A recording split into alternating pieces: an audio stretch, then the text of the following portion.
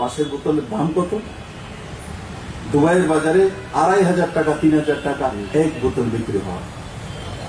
খালি তার মধ্যে অন্য কিছু নয়, 2,500 থেকে 3,000 টাকা বিক্রি হয়। একটা বাড়ি বাঁশের লাগত কত? একটা বাড়ি বাঁশ 50 টাকা, আগরতলাতে 150 টাকাতে পাওয়া যায়। 150 টাকার বাঁশ দিয়ে 7 থেকে 8টা বোতল তৈরি হয়। তার মধ্যে যদি কাঁচের বোতল ভেতরে থাকে তার লাগতও লাগিয়ে দিই, একটা বাঁশের দাম কত আসে? 21 থেকে 22,000 টাকা। 10,000 টাকা যদি লাগতও লাগিয়ে দিই তো 11,000 টাকা লাভ হয়। এর চাইতে বড় বিজনেস কি হতে পারে?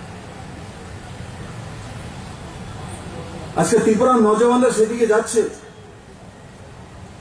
এই বাস আগেও ছিল ত্রিপুরাতে, কিন্তু তাকে মডেল ত্রিপুরার জন্য আবিষ্কার করা, স্বামীজির যে সোচ,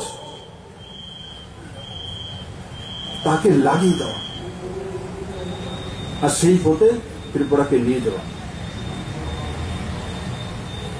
আজকে ত্রিপুরা সেই পথে যাচ্ছে। ও স্বাভাবিক সরকারের কাছ থেকে রোজগার চাইল, যেমন জব ক্রিয়েটার তৈরি হয়েছে, এমএসএমই সেক্টরের লোক কাজ করছে, গভর্নমেন্ট সেক্টরে জব তৈরি হয়েছে।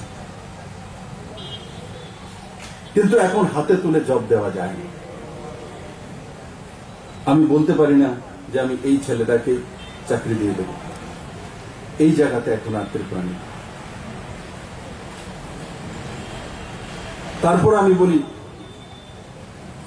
যে সবকিছু ঠিক হয়ে গেছে, সেটা আমি স্বীকার করি না। একটা ধারা বহুদিন যাবৎ চলছিল, তার থেকে বেরিয়ে এসে এক নতুন ধারা তৈরি করতে। আরে আমরা একটা বাড়ির সামনে রাস্তা তৈরি করতে হতো, আগে সে মাটির রাস্তা তৈরি হয়, তারপর তাকে চৌড়াকরণ করতে হয়, তারপর তার মধ্যে ইট বসিয়ে দিই, তারপরে তার মধ্যে পাথর বসিয়ে দিই, তারপর বিটুমেন দিয়ে দিই, তারপর সে রাস্তা তৈরি হয়। আজকে রাজ্য সেই দিশাতে চলছে। আমি আপনাদের সবার শুভকামনা চাই, আশীর্বাদ চাই, সবার সহানুভূতিতা চাই। 37 লক্ষ ত্রিপুরাবাসী সৌহার্দ্যপূর্ণ মানসিকতা চাই। আর একা কোনো কিছু করা যায় না।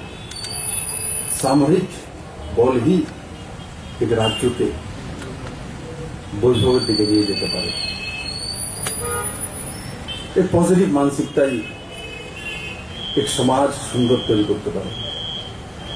আমি আশা করি আজকের এই শুভ দিনে, পূর্ণ দিনে আমরা সবাই মিলে সমাজের যে স্বপ্ন, সর্বশ্রেষ্ঠ ভারত তৈরি করা, সর্বশ্রেষ্ঠ নজওয়ান তৈরি করা আর সর্বশ্রেষ্ঠ মানসিকতা তৈরি করা, এগুলো যদি আমরা আমাদের জীবনে পালন করতে পারি, তবেই আজকের দিনে সার্থকতা আসবে। স্বামীজির যে জীবনধারা, সেটা এটাই বলে, এটাই আমরা অনুভব করি। আমরা নিজের নিজের জীবনে, নিজের নিজের কর্মে সেটা প্রতিফলিত নিশ্চিত করব আর সর্বশ্রেষ্ঠ ত্রিপুরা নিশ্চিত বানাবো। সবাইকে অনেক অনেক ধন্যবাদ। জয় হিন্দ।